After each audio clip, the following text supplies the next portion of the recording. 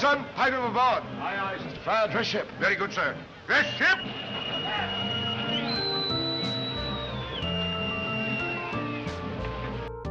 A Brief History of Man's Maritime Mastery.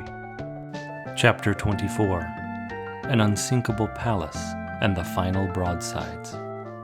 Due to the seemingly overnight emergence of Japan as a formidable naval power in the Pacific, the United States hurried to make the Panama Canal project a reality, to add flexibility and reasonability to defending both the Atlantic and Pacific coasts. Before the Army Corps of Engineers could even begin digging the Panama Canal, the Medical Corps had to conquer yellow fever, the disease that had ruined an earlier attempt by Ferdinand de Lesseps, the visionary behind the Suez Canal. But under the fierce determination of President Teddy Roosevelt, the fever was beaten back. Thousands of laborers swarmed to Panama armed with picks, wheelbarrows, and steam shovels, moving some 211 million cubic yards of earth. They built 3 massive sets of locks and cut a path 50 miles across the narrow isthmus. In 1914, the canal opened, a monumental $380 million project that slashed nearly 9,000 miles off the voyage from New York to San Francisco. For sailors and passengers alike, a transit of the canal is unforgettable. Electric locomotives, known as mules, tow ships into the locks, which raise them to the level of the lakes in Panama's interior. In Gatun Lake, ships often anchor to take a freshwater cure. The mountain waters kill the saltwater weeds and barnacles clinging to their hulls, saving the cost of dry docking and scraping. On the Pacific side, the Gaillard Cut slices through the mountains, where dredgers are constantly at work, clearing landslide debris. More locks then lower the ship into the Pacific, where the tide varies greatly, 12 times more than on the Atlantic side.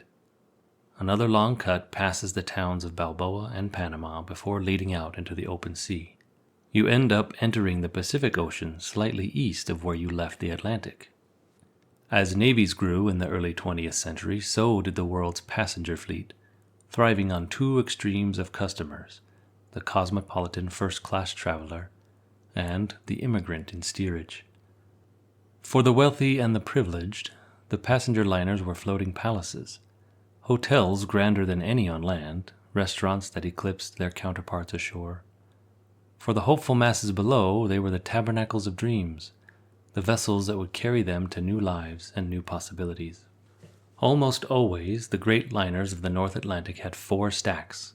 This became such a status symbol of the era, those days of hobble skirts, stiff collars, and suffragettes, that some ships added an unnecessary 4th stack just to keep up appearances. These were steel ships, strong, sleek, and powerful.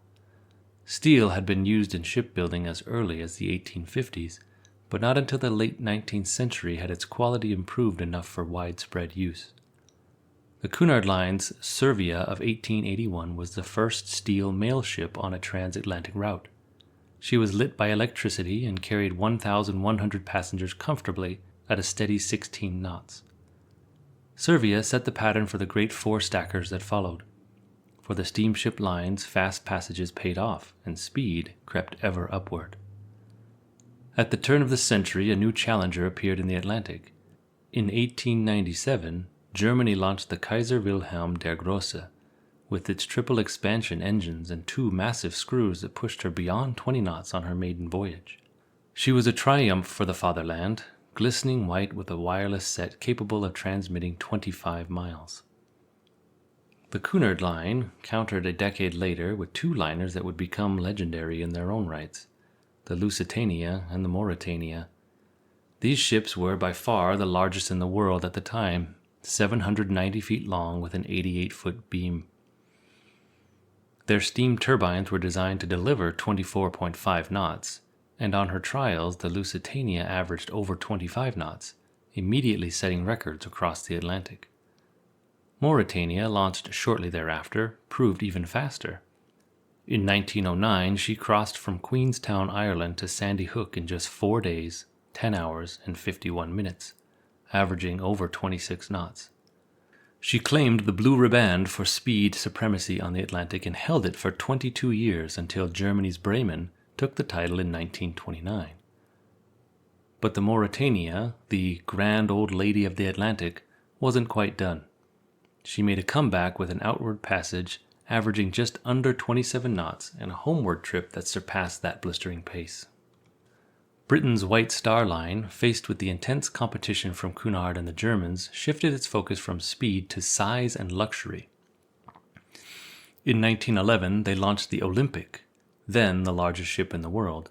A year later, she was followed by an even larger sister, a floating city with ebony sides and a white superstructure topped by the line's buff and black stacks. Her name was Titanic. The Titanic quickly captured the world's imagination.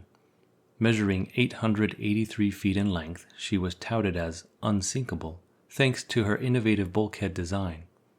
Her triple screws were powered by 2 triple expansion engines and a turbine, and her lavish amenities included a complete Turkish bath. Dubbed the Millionaire Special by the press, she drew crowds as she slipped out of Southampton on April 10, 1912, beginning her maiden voyage. She moved with ease, comfortably maintaining 20 knots. But on the evening of April 14th, as she glided through calm seas, her radio began to crackle with warnings. "Watch out for ice.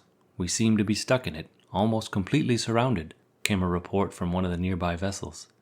The horizon was indistinct, and the air carried a peculiar chill, even for that season. At 11:40 p.m., a lookout on the Titanic spotted a hulking shape rising from the sea, a ghostly apparition of ice directly in her path. "Iceberg, dead ahead!" On the bridge, the first officer ordered the helm hard over and rang for full reverse on the engines. The great liner barely veered, and then came the crunch.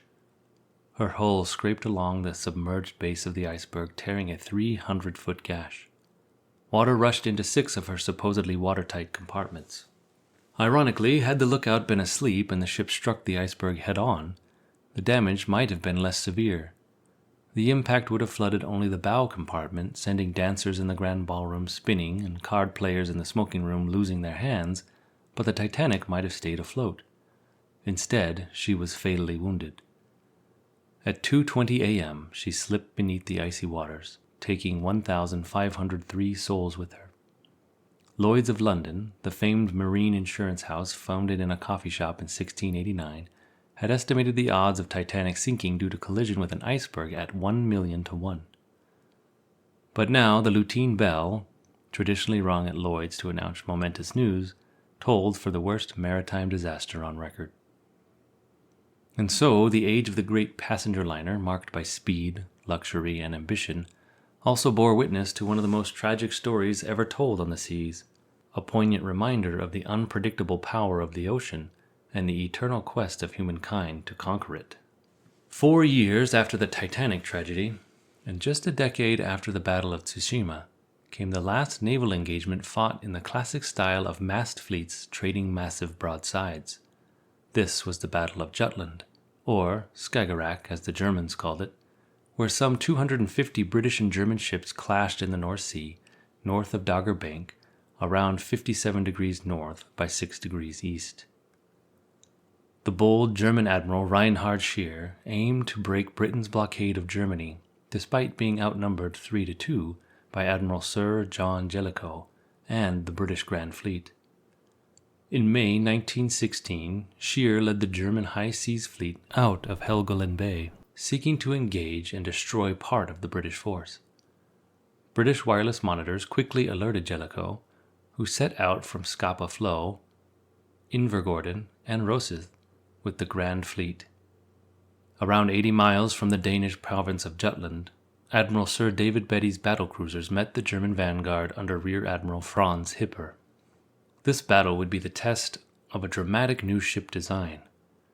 In 1906, Britain had produced a formidable battleship, built around an armament of 10 12-inch guns and driven by turbines at more than 20 knots.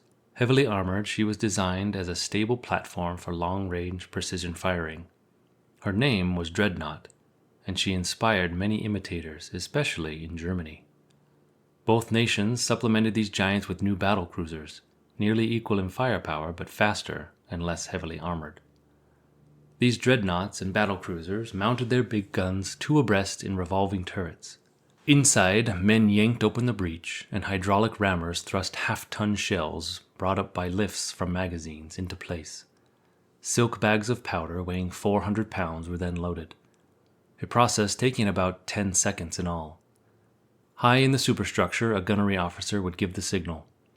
All the right guns in the turrets fired, followed by all the left. The shells screamed 11 miles at 1,500 miles an hour. Salvos were adjusted. The first might fall long, the second short, but the third, if all went well, would definitely strike home. Hipper's superbly trained gunners scored quickly, blasting the midship turret of Beatty's flagship, HMS Lion. A Royal Marine officer, both legs blown off, saw flaming debris falling into the barbette. Dragging himself to the voice tube, he shouted, "Flood the magazines!" saving the ship. But other ships were less fortunate. The HMS Indefatigable and the HMS Queen Mary were struck in their magazines and exploded, sinking with over 2,000 men. Beatty led his survivors northwest to rendezvous with Jellicoe's main force. Scheer and Hipper gave chase, unaware that they were charging into the British Lion's mouth. The great fleets met, with Jellicoe in the position to cross the T to align his battle line across Scheer's bows, allowing all his broadsides to bear on the Germans' forward guns. It seemed the end of the Imperial German Navy was near. Then, in a desperate gamble, German destroyers stormed at full speed between the fleets, laying down a thick screen of smoke. Behind this cover, Scheer ordered the hazardous maneuver of turning his line simultaneously. In just 3 minutes, the German fleet swung 180 degrees without a collision. When the smoke cleared, the British saw only enemy fantails retreating out of range. Once again, Jellicoe tried to cross the T, and once again Scheer baffled him with smoke and button-hook turns. Under the cover of night, Scheer steamed back to his base. Though Scheer had escaped, he never ventured out in force again. The battleship had seen its final day of glory. The next war would be fought a little bit differently. By the time the guns of Jutland fell silent in 1916, a new reality was dawning. Naval warfare was still evolving at an ever-increasing pace, and the days of massive fleets trading broadsides were coming to an end. The battleship had reigned supreme for decades, but the next global conflict would be defined by air power, submarines, and a new kind of naval strategy, one that would forever change the face of warfare at sea. And so, as the world prepared to enter an uncertain future, the lessons of the past remained etched in the waves, a testament to the enduring spirit to innovate, explore, and at times to wage war on the world's vast oceans.